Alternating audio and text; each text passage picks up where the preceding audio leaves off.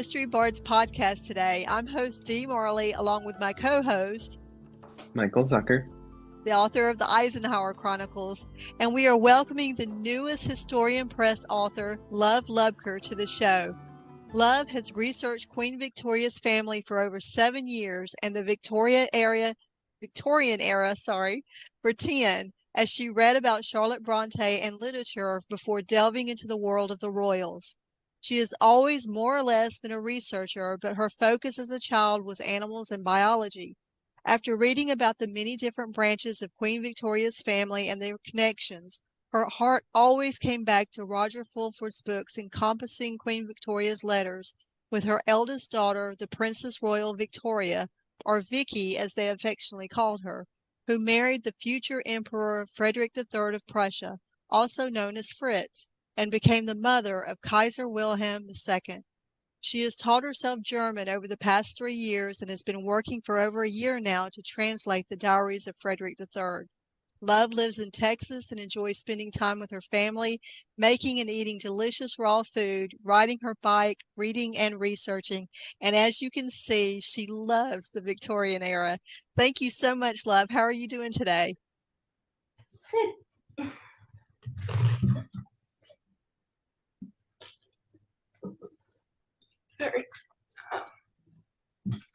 Maybe for our audio listeners, do you mind describing what you're wearing? Yeah, we would love them to know. And just to be clear, that once the explanation happens, that was an appropriate question. Yeah.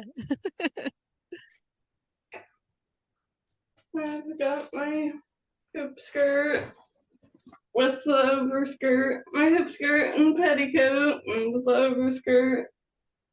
This front panel that doesn't have ruffles can be made shorter and longer, and then the ruffles behind, and the velvet top with the lace edging, the lace on the edge. Yeah, that's beautiful. Is it vintage or is it new? Some of my costume is new, some is old. It's endless fan. Yeah. Yeah, we love that. We love being able to see you up close like that. And your crown, I mean, you fit the Victorian era very well. And my pictures I have, but I've got a family jewelry box of a real pearl necklace, and this was a portrait I had done, a site that had it where you could give them your picture and they put you into the various portraits of the rooms. Yeah. So 3 of those plus a couple of framed pictures of my people I write about. Yeah, that's so great. Luv, can you tell us a little bit more about your book that's coming out, Under His Spell? Yeah. So, yeah, you said in your intro that I've read about the Queen and her daughter Vicky, and I've actually been working on the German for more like 3 years now. Okay. Oh. Yeah, I wrote that bio like a couple of years ago after I finished the first book. But yeah, I need to update it, I guess. So tell our listeners about Under His Spell. Okay. So it is the love story of Queen Victoria's eldest daughter, Vicky, and Fritz of Prussia. But yeah, her letters to her mother, lots of letters are published, but very little of his side of stuff is published in English. There's biographies of them, but very little of his side is published in English. And so I read another book that was about her as a novel, written as a novel, that inspired me to tell my story of showing his point of view too. Right. So I go back and forth between them, and also have a few other minor points of view. I have the Queen and Albert occasionally, the Queen and Prince Albert, and a couple other points of view, but it's mainly Fritz and Vicky. Right. And so can you tell us a little bit about the intrigue that's in it, about the things that happen between Uncle Karl and okay. Uncle Karl. Yeah, that's one of the things where Vicky anglicized all the names, and so in her point of view, I have it call him Prince Charles. Right. It calls him Uncle Karl, where she doesn't call him Uncle. Yes, of course. Calls him Charles versus Karl, but yeah, it is of the same person. But a couple people have been confused about that before I added the character right to my book. But yeah, so there were 4 brothers in the older generation in Prussia, that Fritz, Wilhelm, Charles, and Albert, that are born around the turn of the 1700s to 1800s, the end of the old German Holy Roman Empire. Right. During the Napoleonic Wars, they grew up as exiles from Germany during the French occupation. And then the oldest 2 brothers in turn become king, because the oldest brother has no children. But Karl, Charles, whatever, yeah, the 3rd brother wanted to be king. There's a secret family secret there that makes him believe he should rightfully be king. Right. So there's a lot of intrigue. It kind of reminds us of what's going on now with the royal family. Yeah, a lot of intrigue, huh? That's about Prince Andrew. Yeah. Because I do have a anti-trafficking theme through my series. It's a lot about that. Prince Charles was involved in trafficking and stuff, and I just barely hint at that in this first book, but it makes more of a thread through the series. Right. And also the little bit of rivalry that's going on between the princes now. Yeah, there is a bit of the rival courts going. Yes, still the rival courts going on. That's for sure. Where in the time period I'm writing about, England had a lot less of that. There was a little bit of it. They were with family. Yes, they very much were.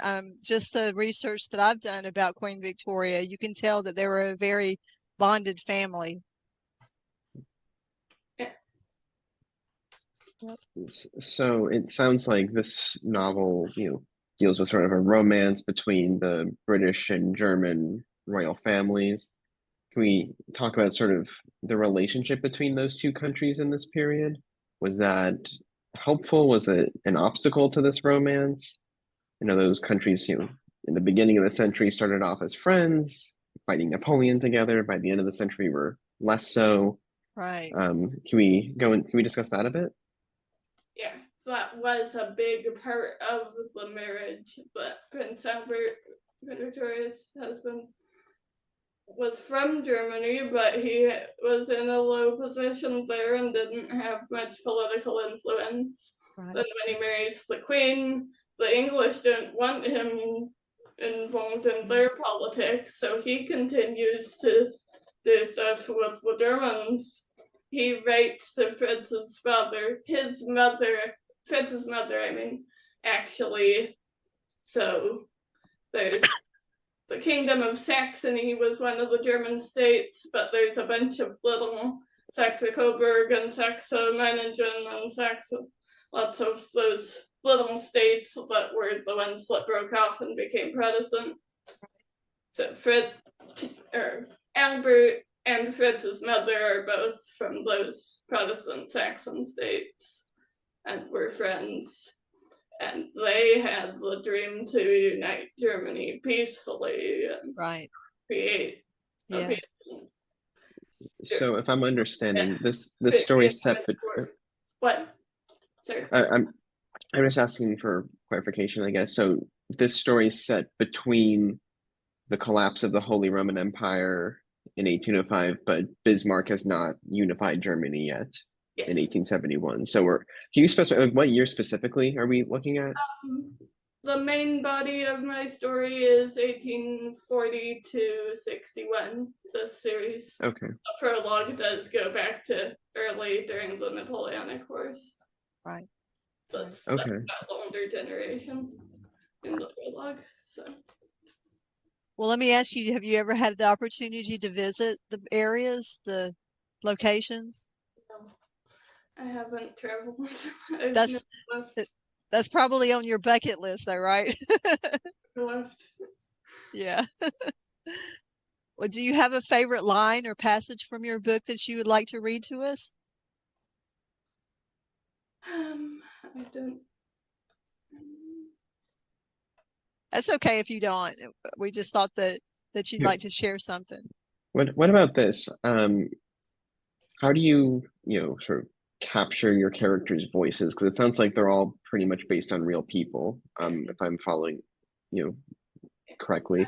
So how do you sort of get into the performance to kind of really get their voice accurate in these stories? So much of the source documents of the letters and diaries, so really know a lot of the voices, and also it's just interesting because I always admired that in Charlotte Bronte when I was reading her book. Yes. And then I researched her life and read about the real people some of her characters were based on, and read their letters, and it really sounds like the characters in her story. Yes. I was really good at that, and now I'm doing it, but I don't know, and I'm doing it with more different people now. I have more points of view as the story goes on, because the next generation grows up and they continue the story. So, absolutely. Well, was there anything really difficult that you found about writing this book? It does have some hard topics in the later books more too, but but that gives you a challenge as a writer, doesn't it? It does have a couple of pretty. I don't have anything graphic in the story, but it's hard to write. But that was actually the worst part of the first book. Is actually my very first day of writing. So it was like, if I can do that, I can do all of them. Yeah, I think we can all relate to that for sure. It's being a writer is very much a journey, isn't it? Yes. Well, let me ask you this: for somebody that's just starting out as a historical fiction author, since you're new into the field, that you've been doing it so recently, what advice would you give to others who want to start out into the field of historical fiction writing? Well, something that is helpful that I just already had, but is read as much as possible the source documents and not the modern biographer's opinion. Yes. You have to want to write historical fiction and make it authentic, it should be with just like things like the royal family. The Queen Victoria's family was known for being non-racist, but they used some words that would be considered so now, but it's like, what else would they call them? It would be weird if they didn't. It's right. The view. They don't mean it badly, and they're known for not being. So. Yeah. No, I understand what you're saying, because a lot of people have issue with that, but as historical fiction authors, you have to stay true to the era. But, yeah. Yeah. what I mean about what would they go? What would they say? Yeah, what would they say? Right. So, Beautifully didn't use what term, those terms and stuff. yeah. Just, I've always read, like, when I was younger, I studied animal books, and what fiction I did read was like anthropomorphic stories, and then I got into read one that's the anthropomorphic but set like it's a more further back setting and stuff. It has various historical allusions woven into it, and then I read just always preferred once I was teenager. I did read mostly Victorian era novels, and it's like I didn't read Tom Swift or Nancy Drew, but other stories by the original author who started the Stratemeyer Syndicate, and yeah. So tell us what your favorite Bronte story is. Jane Eyre is my favorite as a story. Villette is my favorite after knowing the real life stuff. So yeah, Villette, and Shirley too. You really have to know her life to get some of the characters and stuff. That's for sure. Yeah, that's another thing I'm working on right now. I'm writing another shorter book, but doing an alternate history Bronte story. Oh, that sounds great. Patreon. Doing on my Patreon, Luv Lubker. Well, that sounds great, because I'm very interested in the Bronte stories as well, so I can completely understand the attraction to Jane Eyre. That is one of my favorites as well. I'm doing alternate history. Yeah. Story with multiple endings. Okay. Different choices. Yeah, Luv Lubker. Yeah, my name I was going to say is Lubker, which is the German pronunciation. Okay. But, okay. I was hoping I was saying it right. We usually get it pronounced Lubker, but yeah. putting in context of my research so that it is the German. Right. Well, thank you for clarifying that. So, can you tell us about? Do you have another book that's in the series after Under His Spell? Can you tell us a little bit about that one? Yeah. So the first book covered the first 4 years of their marriage, their courtship, and the first 4 years of their marriage. The second one is after the death of Prince Albert and when Bismarck comes in the scene. Okay. But I have done the research and stuff and I actually found a newspaper from back then that says something about Prince Charles was actually the leader of the Kreuzzeitung party, was what they called Bismarck's party. It literally means cross newspaper because it had the Iron Cross was their symbol back then. But something that said Charles was the leader of that, not Bismarck really, that Bismarck's just one of his tools. But everybody in that time almost always says Bismarck. Fritz's diary is like one of the very few places where I see him consistently named Charles.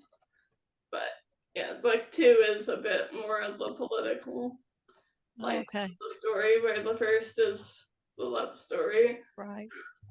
With it's all in context, but each book kind of has a theme. But yeah, Under a Cloud.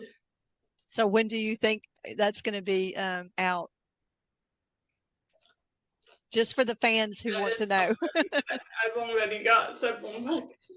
I already have 5 books of the series written. So Okay, great. Well, great. Well, fans out there, whenever after you read Under His Spell, be looking for her next books, and we'll have them on the Historian Press website. And just so the fans will know, the listeners, Michael, do you have anything else before I sign out? Sure. I was kind of curious. So Fritz is Frederick III, you said? So, history, or those familiar with European history are probably familiar with Frederick II, who's probably better known as Frederick the Great. Can we touch on the relationship between them? Is he Frederick the Great's grandson? so Frederick III, his father is Wilhelm I. His predecessor was his older brother, Friedrich Wilhelm the IV, and their father was Friedrich Wilhelm III. I think his father was Friedrich Wilhelm II, who I think is the younger brother of Frederick the Great. So it's like a great nephew or something like that. It's a couple generations down, plus the two brothers being kings twice. Right. Okay. Thank you for clarifying. Yeah. Thank you for that, Luv. And so we're going to mention now about Luv's release. Under His Spell will be released on May 30th, and we will be doing a feature spotlight on the website, and also be looking out for that ad across Facebook and social media. And also you can visit her website at therivalcourts.com. And we will also be having a blog tour in June, which we will be, it's in July, with the Coffee Pot Book Club, and you'll find out more about that on the website. And Luv, we thank you so much for being on the show today, and we love your outfit. We love everything about your book. And is there anything else you'd like to tell the listeners before we go? Yeah. So, Vicky and Fritz it was in England, the party that they agreed the most with was considered the Conservatives, and but in Germany, Prince Charles's party was kind of the Conservatives, and they were kind of the Liberals. It's just the political difference of terms in different countries at the same time. But yeah, I do have various themes through the story. I said the anti-trafficking and Prince Charles being involved in that, and also the hypnotist, but it wasn't exactly hypnotism, it was something else older. I don't know what it was. They didn't know what it was called, but yeah. Yeah, and that's the reason for the title, Under His Spell, because he had some kind of a way about him, didn't he? Yeah, he had the hypnotic power and stuff. Yeah, he definitely had a way. But yeah, Under His Spell, the title. I was writing the story, and I talked to my mom about my research on the time, and she thought of that name and said it. I had just written something the night before where one of the characters says I was under his spell. Oh. So it was like, I went, that's perfect. Yes. When I was finishing the book, I'd written most of it, and there were just like a couple spots I needed to finish the German translation to finish. And the last page of research, a random page in the middle of the book, it talked about a poem that Vicky copied out on one of their anniversaries for Fritz, and it said, I love you as one under a spell. That was just like, oh, that was perfect. That just fit perfectly, didn't it? Verify it's the right name. Yeah. Yes, absolutely. Absolutely. Well, we're so excited for your books, Love, and we wish you much success on the series. And as always, for more information on Love's books, you can click the link in the description or go to her website at therivalcourts.com. And don't forget to subscribe to the podcast, as next week's episode, we are thrilled to host historian and Marlovian Ross Barber, the Hoffman Prize-winning author of the Marlowe Papers, just in time for the June release of our Elizabethan issue of Historical Times magazine. Last, for more info on Historian Press and submissions, please visit us at www.historianpress.com or click on the link in the description. Thank you to our listeners and viewers. This is Dee Marley and Michael Zucker. Keep making history and keep listening.